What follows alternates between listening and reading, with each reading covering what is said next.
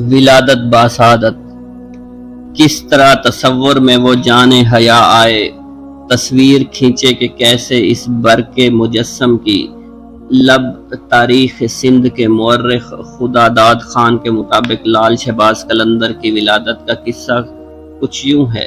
حضرت لال شہباز قلندر کے والد بزرگوار حضرت سید کبیر کی شادی نہیں ہوئی تھی۔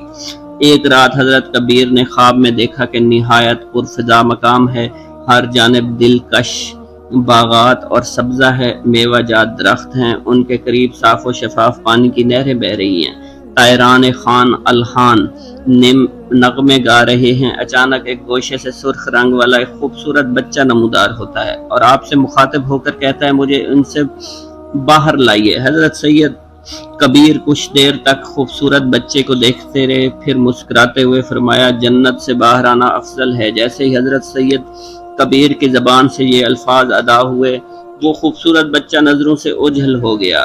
اس کے ساتھ ہی حضرت سید کبیر کی آنکھ کھل گئی۔ یہ بڑا عجیب خواب تھا۔ آپ کچھ دیر تک اپنے خواب پر غور کرتے رہے، مگر جب ذہن میں اس کی کوئی عقلی توجیہ پیش نہ ہوئی تو پھر اسے محض خواب سمجھ کر فراموش کر دیا۔ کچھ دن کے بعد حضرت سید کبیر نے دوبارہ وہی خواب دیکھا۔ سرخ رنگ والا وہی خوبصورت بچہ آپ کو مخاطب کرتے ہوئے کہہ رہا تھا والد بزرگوار مجھے اس مقام سے باہر لائیے۔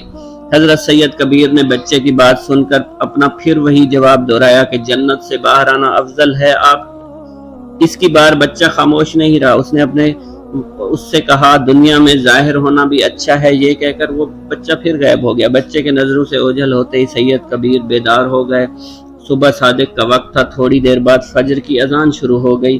ارض و سما کی وسعتوں میں اللہ عز و جل کی کبریائی بیان ہونے لگی۔ دوسری مرتبہ اس بچے کو خواب میں دیکھنے کے بعد حضرت سید کبیر کچھ مضطرب سے ہو گئے تھے۔ پھر آپ ایک بزرگ کی خدمت میں حاضر ہوئے جو تعبیر الرؤیا کے ماہر تھے۔ بزرگ نے آپ کا خواب سننے کے بعد دریافت فرمایا سیدی کیا آپ شادی شدہ ہیں؟ حضرت سید کبیر نے نفی میں جواب دیا۔ وہ بزرگ بولے قدرت چاہتی ہے آپ شادی کریں، وہ بچہ آپ کا ہی ہے جسے قدرت عدم سے وجود میں لانا چاہتی ہے۔ حضرت کبیر نے بزرگ کی بات سن کر حیرت کا اظہار کیا۔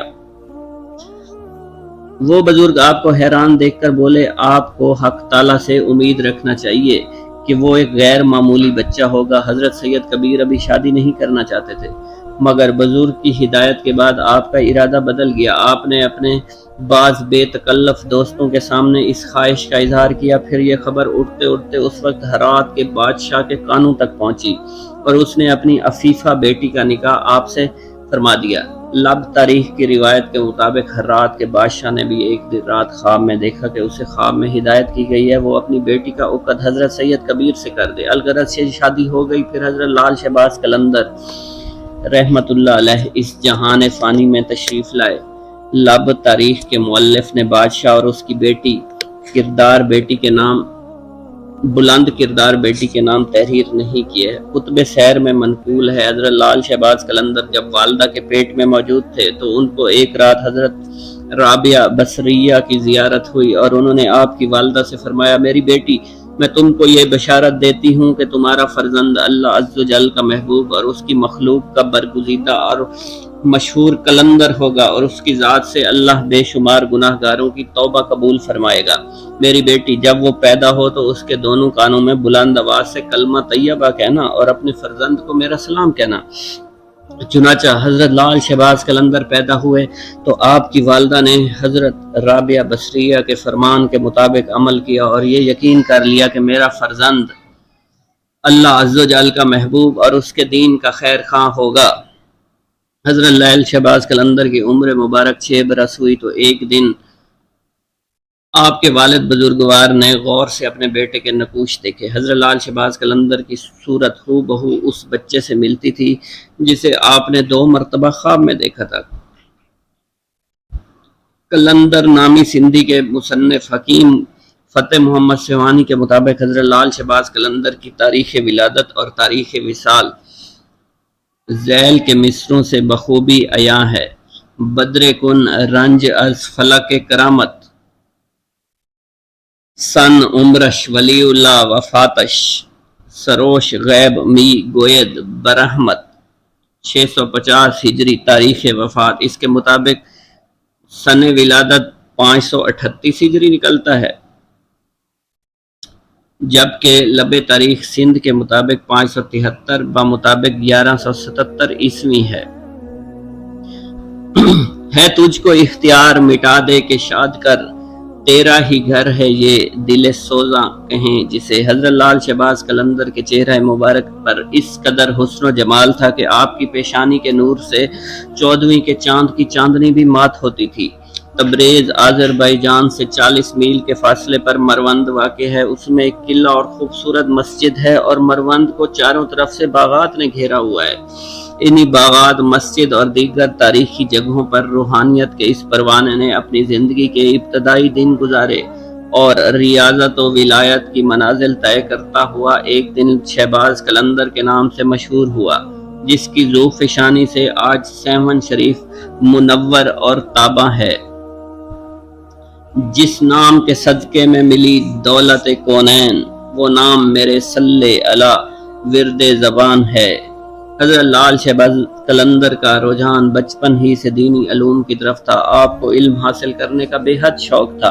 آپ نے اپنے شوق کی خاطر بے پناہ محنت بھی کی۔ حضرت لال شہباز قلندر کی عمر مبارک ابھی چند برس تھی، والدین نے آپ کو گاؤں کی مسجد میں ابتدائی دینی تعلیم کے حصول کی غرض سے بھیجنا شروع کر دیا۔ آپ کی والدہ ماجدہ آپ سے بے انتہا پیار کرتی تھی اور چاہتی تھی کہ ان کا بیٹا دینی علوم میں مہارت حاصل کرے، اس لیے آپ کو ابتدائی تعلیم کے لیے اپنے گاؤں کی مسجد میں بھیجنا شروع کر دیا۔ آپ کا حافظہ تیز تھا، اس لیے آپ نے 7 برس کی عمر میں ہی قرآن مجید حفظ کر لیا، اس میں بے پناہ مہارت حاصل کر لی۔ علاوہ ازیں 6 برس کی عمر میں ہی آپ دین کے چیدہ مسائل، نماز، روزہ، طہارت کے بارے میں مکمل آگاہی حاصل کر چکے تھے۔ شہباز قلندر رحمت اللہ علیہ نے اس عرصہ کے دوران ابتدائی علوم کے علاوہ عربی، فارسی زبان میں مہارت حاصل کر لی۔ اس زمانہ کے نامور لوگ اسے خداداد صلاحیتوں کا اعتراف بھی کروایا اور شاباشی بھی پائی۔ آپ نے اپنی ابتدائی زمانہ سے ہی دنیا بھر میں شہرت حاصل کر لی تھی۔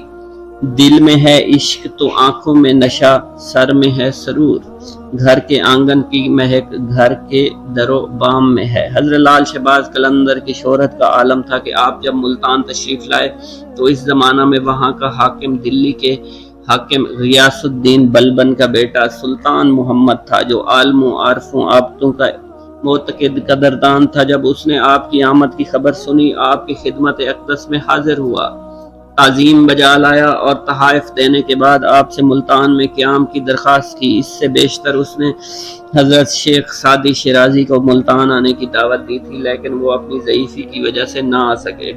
معذرت کے خط کے ساتھ انہوں نے اپنی ایک کتاب بھی روانہ کی جس میں اپنے اشعار اپنے ہاتھ سے رقم کیے تھے۔ غیاث الدین بلبن 683 ہجری بمطابق 1285 میں مغلوں سے لڑائی کے دوران مارا گیا۔ حضرت لال شہباز قلندر نے سلطان محمد کی درخواست کو یہ کہہ کر رد کر دیا کہ یہاں پہلے سے ہی سلسلہ عالیہ سہروردیہ کے نامور بزرگ شیخ الاسلام حضرت شیخ بہاؤالدین زکریا ملتانی رشد و ہدایت کا فریضہ انجام دینے کے لیے موجود ہیں۔ ملتان میں حضرت لال شہباز قلندر کے قیام کے دوران غیاث الدین نے سماع کی ایک عربی محفل کا اہتمام کیا۔ اس محفل میں حضرت غوث بہاؤالدین زکریا ملتانی کے فرزند عارف باللہ حضرت شیخ صدر الدین عارف بھی موجود تھے۔ اس محفل میں حضرت لال شہباز قلندر، حضرت صدر الدین عارف دونوں ہی عالم واجد میں رقص کرنے لگے۔ خود حاکم ملتان کا بھی یہی حال تھا۔ اس واقعہ سے یہ بات عیاں ہوتی ہے حضرت لال شہباز قلندر عربی زبان کے بھی ماہر تھے، جس کی وجہ سے عربی عبارت کے سرور کی روح تک جا پہنچے، اور جہاں تک فارسی کا تعلق ہے تو اس میں آپ کی دسترس اور رسائی کا اندازہ آپ کے فارسی کلام سے لگایا جا سکتا ہے۔ حضرت لال شہباز قلندر بہت بڑے عالم تھے، لسانیات اور صرف و نحو میں مہارت رکھتے تھے۔ 1852 میں صرف و نحو کی جو کتب مروج تھی، مثلا میزان الصرف اور صرف صغیر، وہ آپ رحمت اللہ علیہ سے ہی منسوب۔ بسم اللہ الرحمن الرحیم۔ السلام علیکم ناظرین۔ حقیقت قلندر: جب سالک اپنے مقصد میں کامیاب و کامران ہو جاتا ہے تو اس کی صفت قلندر کہلاتی ہے۔ قلندر کا ذکر برحق ہے اور اس کی کل کائنات کا محور ذات حق ہے۔ قلندر خود کو بھول کر صرف خالق حقیقی کا ہو جاتا ہے، دنیا کو ترک کر دیتا ہے اور نفسیاتی لذتوں سے پاک ہو جاتا ہے۔ ناظرین کرام، ہم آپ کو یہ بھی بتاتے چلیں کہ قلندر چونکہ خود کو دنیاوی خواہشات سے دور رکھتا ہے، اس لیے مجرد ہوتا ہے، اور قلندر کا نفس معبود کے تابع ہوتا ہے۔ پس خود کو نظر انداز کر دینا اور خاص رب العزت کا ہو جانا ہی قلندر ہے۔ سالک کو قلندر بننے کے لیے 6 صفات کا ہونا ضروری ہے۔ اگر ان 6 صفات میں سے کوئی ایک بھی نامکمل ہو، ناقص ہو، تو پھر وہ قلندر نہیں ہے۔ قلندر کی صفات درج ذیل ہیں: صحیح العقیدہ ہونا، عمل صالح کرنا، اوصاف حمیدہ کا مالک ہونا، معاملات کو درست رکھنا، مرشد کی اطاعت کرنا، صبر و استقلال کا دامن ہاتھ سے نہ جانے دینا۔ قلندر کی مجلس میں دنیاوی باتوں کی قطعاً کوئی گنجائش نہیں ہوتی، کیونکہ قلندر دنیاوی باتوں کو پسند نہیں کرتے۔ پس جب کسی قلندر کی محفل میں جایا جائے تو دنیاوی باتوں سے پرہیز کیا جائے۔ فسق و فجور اور نفاق کو بھی قلندر سخت ناپسند کرتے ہیں۔ قلندر کسی کے گھر جا کر کچھ نہیں کہتے، خواہ وہ سفر میں ہی کیوں نہ ہو۔ یہی وجہ ہے کہ اللہ رب العزت کے نیک سیرت لوگ نہایت صابر شاکر ہوتے ہیں، کسی بھی مصیبت میں غیر کے سامنے ہاتھ نہیں پھیلاتے۔ اللہ رب العزت انہیں جس حال میں رکھتا ہے اس کا شکر ادا کرتے ہیں۔ قلندر کی محفل میں جانے سے انسانی قلوب سکون پاتے ہیں، کیونکہ یہ بڑے پائے کے عابد ہوتے ہیں۔ ان کی زندگی نہایت خاموش پرسکون ہوتی ہے، ان کے قلب پر راز الہی منکشف ہوتے ہیں، اور یہ انہیں اپنے قلب میں کسی امانت کی مانند سنبھال کر رکھتے ہیں کہ کہیں امانت میں خیانت نہ ہو جائے۔ لفظ قلندر 5 حروف کا مجموعہ ہے۔ ان 5 حروف کے معنی مطلب ایک دوسرے سے یکسر مختلف ہیں۔ قرب حقیقی کا طلبگار اور قناعت پسند ہونا، لقا یعنی عشق حقیقی میں غرق رہنا، نیاز مند ہونا یعنی اللہ رب العزت کا شکر گزار ہونا، دیانت دار اور دلیر ہونا، راضی برضا رہنا۔ قلندر کون ہوتے ہیں؟ تارک الدنیا، تہجد گزار، نفسانی لذتوں سے پاک شخص کو قلندر کہا جاتا ہے۔ قلندر وہ ہے جو دنیاوی آسائشوں سے آزاد ہو کر صرف معبود حقیقی میں خود کو محو کر لے۔ صحیح بخاری و مسلم میں حضرت ابو ہریرہ سے مروی ہے، اور وہ اس روایت کو حضرت طلحہ بن عبداللہ سے روایت کرتے ہیں کہ حضور نبی کریم کی خدمت اقدس میں نجد سے ایک اعرابی حاضر ہوا اور درخواست کی، مجھے کوئی ایسا عمل بتائیں جس سے میں جنت کا مستحق ہو سکوں۔ حضور نبی کریم صلی اللہ علیہ وسلم نے فرمایا، اللہ رب العزت کی عبادت کرو، کبھی شرک نہ کرو، فرض نماز با جماعت ادا کرو، زکوٰۃ دو، رمضان المبارک کے روزے رکھو۔ اس اعرابی نے عرض کیا، یا رسول اللہ کچھ اور بھی بتائیں۔ آپ نے فرمایا کہ پھر تم کثرت کے ساتھ نوافل ادا کیا کرو۔ حضور نبی کریم کی بات سننے کے بعد اس نجدی نے اللہ رب العزت کی قسم کھاتے ہوئے کہا کہ جب تک مجھے ایک سانس بھی باقی ہے اس میں کمی بیشی نہیں ہوگی۔ آپ نے اس کے جنتی ہونے کی بشارت دی۔ قلندر وصال کے شوق میں موت کو ہمیشہ محبوب رکھتا ہے۔ قلندر عشق حقیقی میں محو ہو کر رب العزت سے وصال کے شوق میں موت کو محبوب رکھتا ہے۔ اللہ رب العزت کی بارگاہ میں ہمہ وقت اس کی یاد اور اس کی حمد و ثنا میں وہ مشغول رہتا ہے۔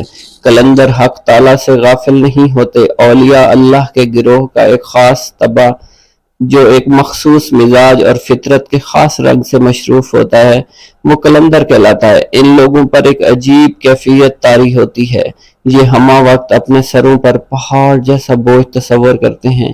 یہی وجہ ہے کہ قلندر اور وظائف اور نوافل کی کثرت سے کرتے ہیں۔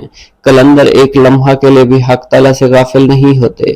معاشرے کے ریاکاری طبقات کی بے حسی کے خلاف صحیح کرنا اور عمل کو فروغ دینا ان کا ترہ امتیاز ہے، اور یہ اپنی زندگی اس جد و جہد میں بسر کرتے ہیں۔